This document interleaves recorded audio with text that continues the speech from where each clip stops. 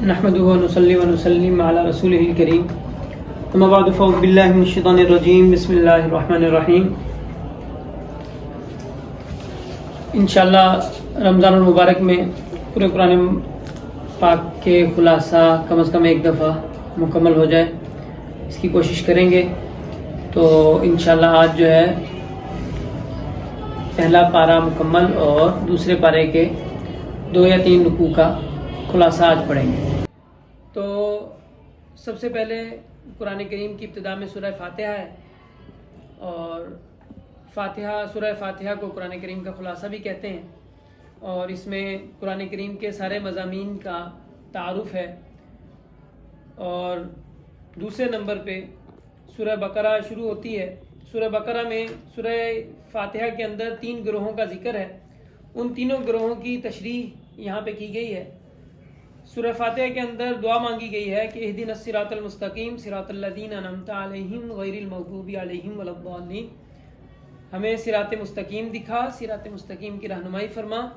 اور ان لوگوں کے راستے پر جن پر تو نے انعام فرمایا ہے۔ وہ صراط مستقیم وہ ہے کہ جن پر وہ لوگ چلے ہیں جن پہ تو نے انعام کیا ہے، نہ کہ ان لوگوں کے راستے پر جن پر تیرا غصہ ہوا، اور نہ ہی گمراہوں کے راستے پر چلا۔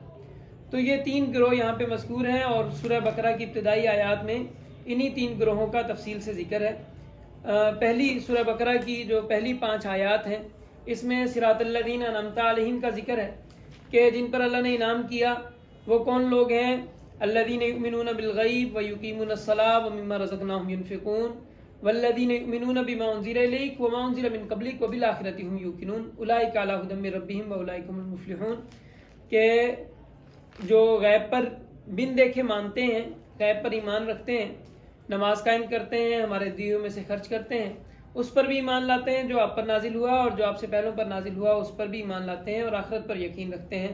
تو یہ اپنے رب کی طرف سے ہدایت پر ہیں اور یہی فلاح والے ہیں۔ تو یہ صراط الذین انعمت علیہم کی وضاحت ہے۔ غیر المغضوب علیہم کی وضاحت ان الذین کفروا سواء علیہم انذرتہم ام لم تنذرہم لا یؤمنون، ختم اللہ علی قلوبہم وعلی سمعہم وعلی ابصارہم غشاوۃ ولہم عذاب عظیم۔ اس میں ان لوگوں کا ذکر ہے کہ جن پہ اللہ کا غصہ ہوا۔ یہ وہ لوگ ہیں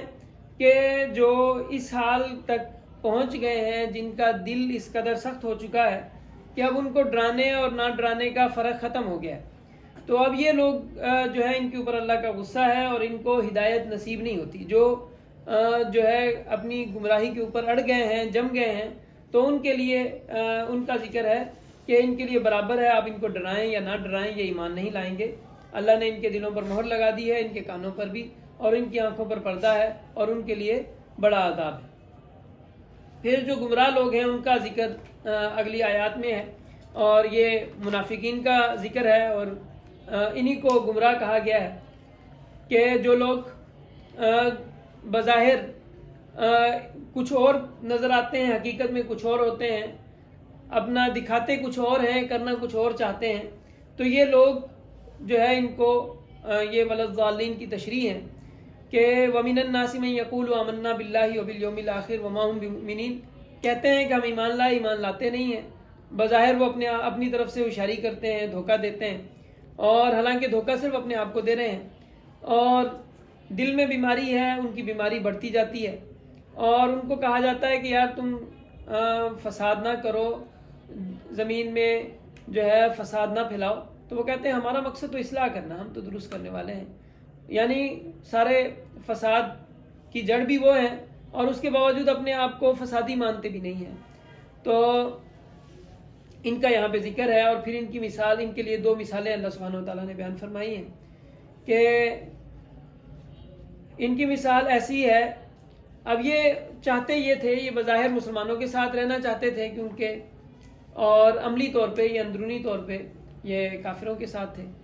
تو یہ بظاہر یہ کہتے تھے کہ ہم کیا کر رہے ہیں، مسلمانوں کو دھوکہ دے رہے ہیں، ہم مسلمانوں کے ساتھ مذاق کر رہے ہیں۔ تو اللہ تعالیٰ ارشاد فرماتے ہیں اللہ یستہزئ بہم ویمدھم فی طغیانہم یعمہون، اور ان کا سوچ یہ تھی کہ اگر ظاہری طور پہ مسلمان کامیاب ہوں گے تو ہمیں فائدہ پھر بھی ہے، اور اگر ہم جو ہے وہ کافر کامیاب ہو جاتے ہیں، مسلمانوں کو وہ ہوگا تو کافروں کے ساتھ ہم اندر سے ہیں، تو کافر بھی ہمیں جو ہے وہ ہمارا سائیڈ لیں گے، ہمارا خیال کریں گے۔ تو 2 کشتیوں کا سوار کسی کشتی کا بھی سوار نہیں ہوتا، تو وہی حال ان کا ہے۔ تیسرے رکوع کے اندر اللہ سبحانہ و تعالیٰ نے سارے انسانوں کو خطاب فرمایا ہے کہ اے انسانوں تم اپنے رب کی عبادت کرو جس نے تمہیں پیدا کیا اور تم سے پہلے لوگوں کو پیدا کیا تھا تاکہ تم تقوی حاصل کرو. اور اس پورے رکوع کے اندر اللہ سبحانہ و تعالیٰ اپنی قدرت کا اظہار فرما رہے ہیں. اور اس کے علاوہ اس میں ایک چیلنج ہے کہ اگر کوئی لوگ یہ سمجھتے ہیں کہ یہ قرآن اللہ کی کتاب نہیں ہے تو وہ اپنے جو ہے اس جیسا ایک اور کسی انسان کی بنائی ہوئی کتاب ہے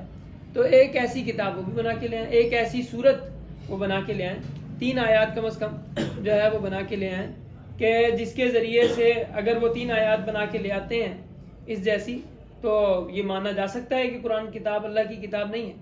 لیکن اور جس کو چاہیں وہ بلا سکتے ہیں. تو آج کے دور میں چیٹ جی پی ٹی ہے, جو جتنے ملاحدہ ہیں جو انکار کرتے ہیں تو وہ چیٹ جی پی ٹی کہتے ہیں کہ بڑی وہ چیز آ گئی ہے, سائنس نے بڑا وہ کر دیا ہے. تو چیٹ جی پی ٹی سے کہیں کہ بھئی قرآن کی 3 آیتیں بنا کے دکھا دے, ایسی 3 آیتیں. تو چیٹ جی پی ٹی جب 3 آیتیں نہیں بنا سکتی تو مطلب ان کو ماننا چاہیے کہ یہ بات اللہ کی طرف سے ہے, اور جب اللہ کی طرف سے بات ہے تو اس کی ہر بات ماننا لازم ہے. چوتھے